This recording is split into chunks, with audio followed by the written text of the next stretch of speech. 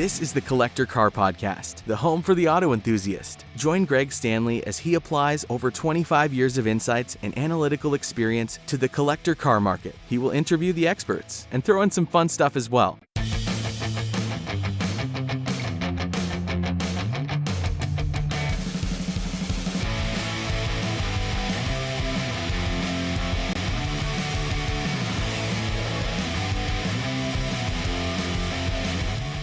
This is the Collector Car Podcast, the home for the auto enthusiast. Join GStanley as he applies over 25 years of insights and analytical experience to the collector car market. He will interview the experts and throw in some fun stuff as well.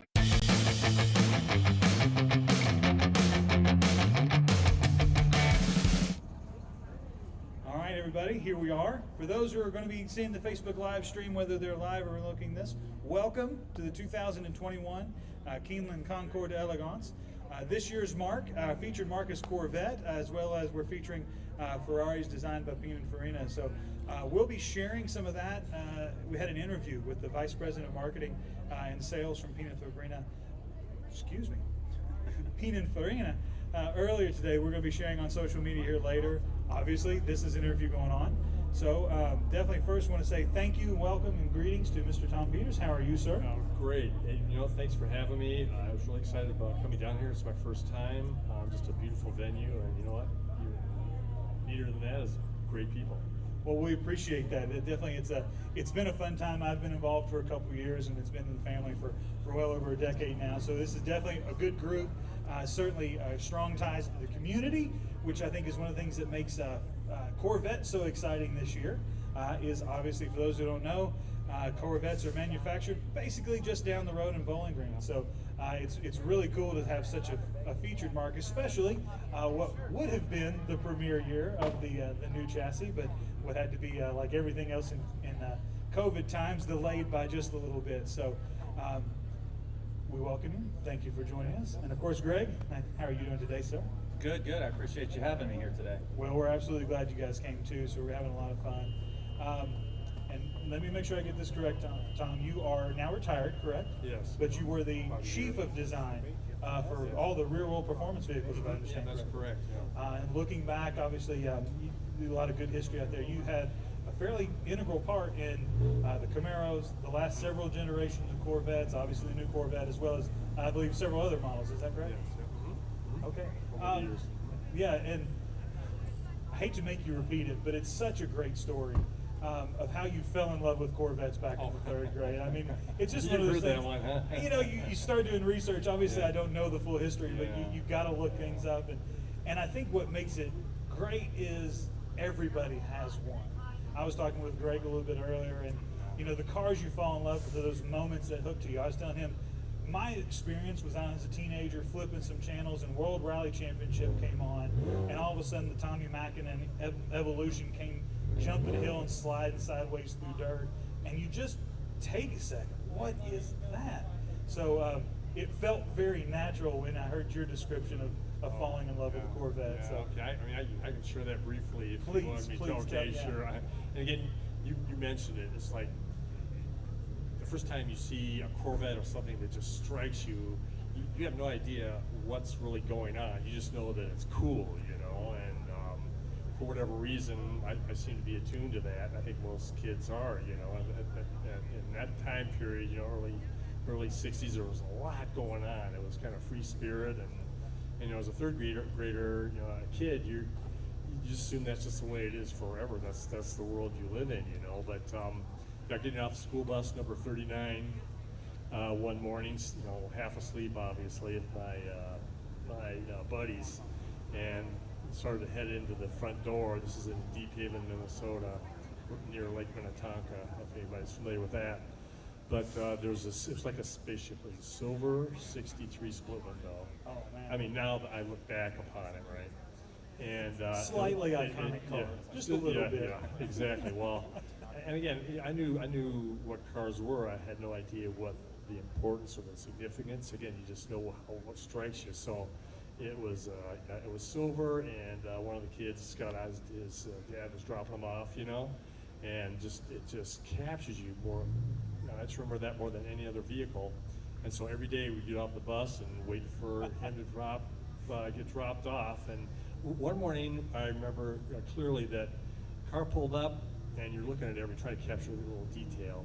And the door was open, and I'm looking inside, and the iconic twin cockpit IP, and it had the radio that's vertically, integrated in between the IP. But there's something different about this, and what it was a little TV screen. Oh wow! And we know it as a CRT now, CRT2, right? And for 1963, that's like super space advanced technology. As a kid, you go, Some James Bond stuff. whoa, And I look back at that now, and again, that's what one of the cars that just struck me. But I look back at now, being in the Minneapolis area, I'm not sure, but I'm thinking the father must have really knew what was going on, was in a position of influence, because he also drew up one morning in it must have been I want to say 64. This was the following year, Riviera, and it was silver also. Okay. I don't remember if that one had the folding headlights or not. I just remember the shape was really awesome and it was silver. So this guy had all these silver design cars, which as a designer, there was something about silver that we utilized in developing these cars from an artistic design standpoint. So that guy had style. Oh, he had style. He knew it. And what I think what he might have been is Honeywell's headquarters. So I'm thinking, maybe he was an executive at Honeywell, maybe research and development. So he had access to that technology. He says, guys, put that in my car, in one of my cars. And he had it going on. So I'm just surmising that at this point in time. When I look back, and that's okay. Yeah. But that's what struck me. And I had no idea then the course my life would take me, and just a fantastic experience. I'm blessed by that, to not only be in car design, but be invited into the Corvette Camaro studio, which at the time was called Chevy 3 Studio. Okay. Which was that they were kind of the wild bunch, kind of scary. They kind of lived on the edge, and their design showed it. Good. A lot of intensity and passion, and usually the top talent at design would end up to go through that studio. And I was fortunate enough to be invited up there because Jerry Palmer, who was the design chief at the time, had seen a model, some artwork that I've done, and in design, what they would do with young designers is showcase their work to allow the other teams and the leadership to gain exposure to who you were. And there was a location within Design's hallowed halls, and just kind of put that in perspective.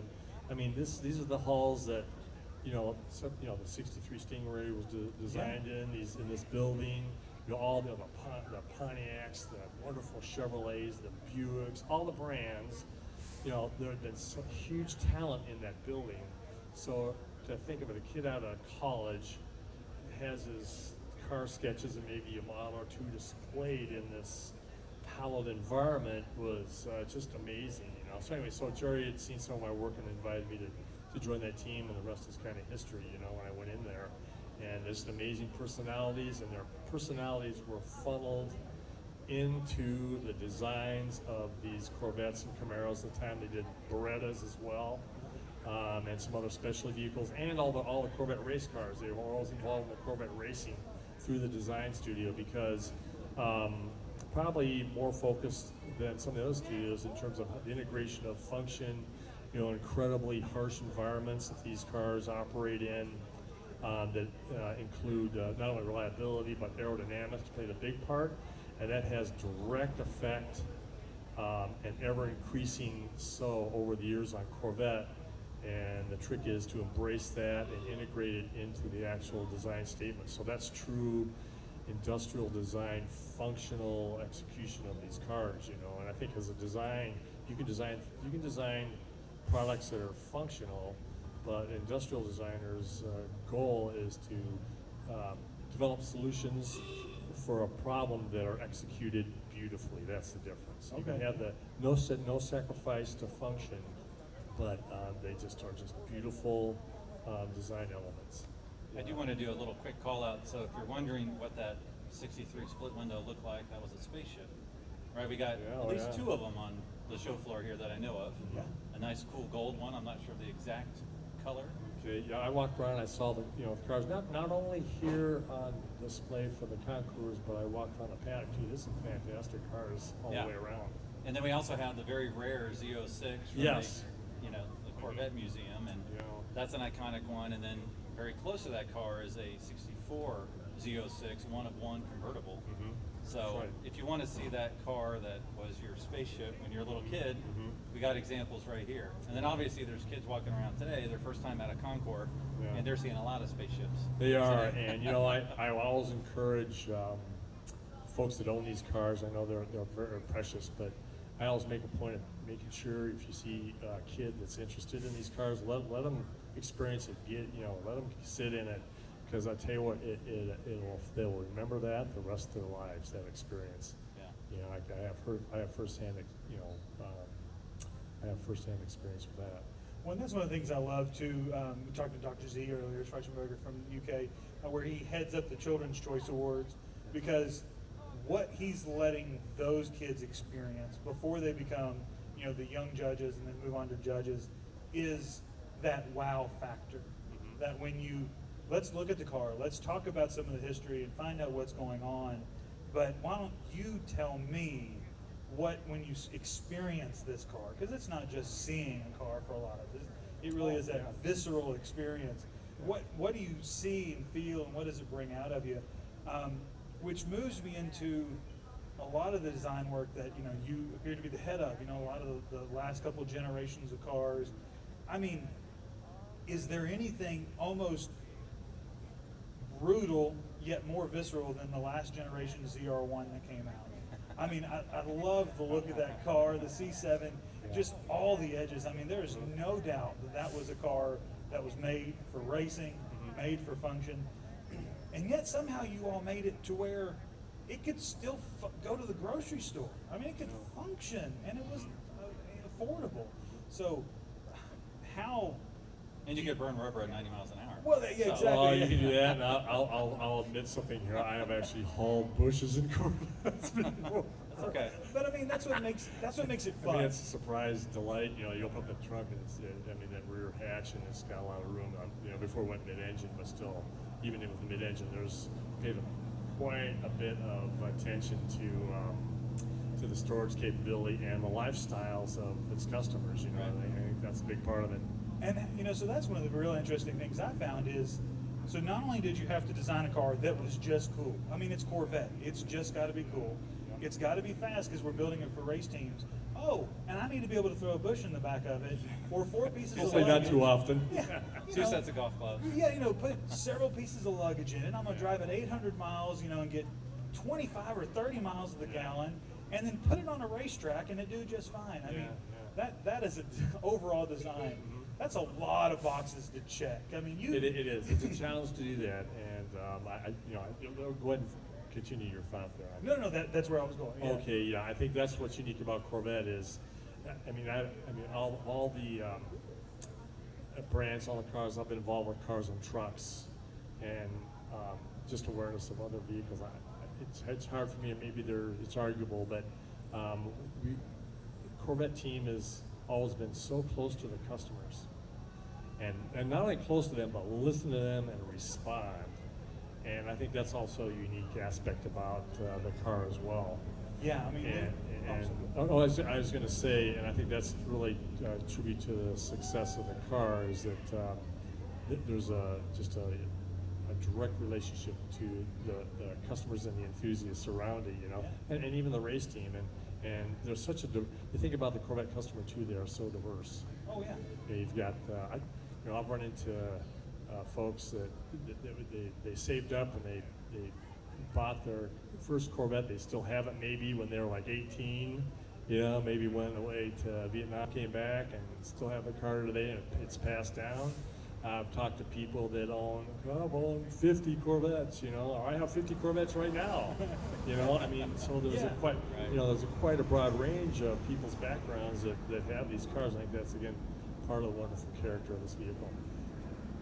I actually would like to know, from a designer's perspective, walking around the show field today, was there something that made you stop and go, whoa. Look at Yeah, yeah. I mean, there's a lot of cars that have and that, to me, that's part of the cars. There's so many different aspects, but I can't help but the one that kind of sticks out in my mind that you guys had the horse show over here. So Yeah, so if our audience saw me look to the side while you were talking, it's because the horse just went by yeah, us. I saw that earlier. Small world. I've never dropped knowledge on Porsche to anyone in my life. Ironically, I was able to do it today because on my podcast this last week, the Collector Car podcast, I did a Today in Automotive History, and it related to Porsche. And so here's the question, the trivia question for you two guys. Porsche became eventually part of Audi. Right, Auto Union. Auto Union. Yeah. And so what does the word Porsche mean? Oh boy, I don't know about that one. I just figured it was just a name. I have no clue at all either. Okay, it's actually German for listening, to listen. And so I thanked my audience members for horching me this week, which I don't think that was appropriate.